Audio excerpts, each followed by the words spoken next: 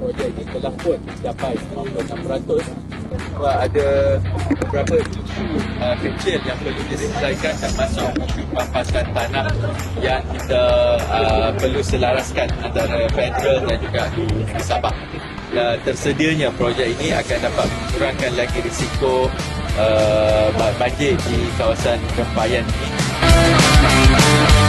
Kita singgah di Sungai Ketiau untuk melihat proses kemajuan untuk kita membina tempatan banjir di sini.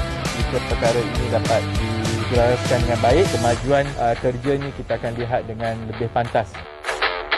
Pada mulanya mungkin kesentukan masa, tapi kita sempat juga singgah untuk melihat keadaan di Penampang proper, yang mana antara kawasan yang terkesan teruk akibat kejadian banjir baru-baru ini, pihak JPI Sabah menjalankan penyelenggaraan selepas berlakunya kejadian banjir. Kita akan meneliti perkara ini untuk dikemukakan ke peringkat MOF dan seterusnya. Kita sampai satu lagi destinasi di Sungai Pungkatan, yang mana di sini peruntukan sebanyak RM127 juta disediakan bagi tujuan untuk projek kebakaran banjir. Mengikut jangkaan garis masa, projek ini kita jangkakan setiap tahun hadapan.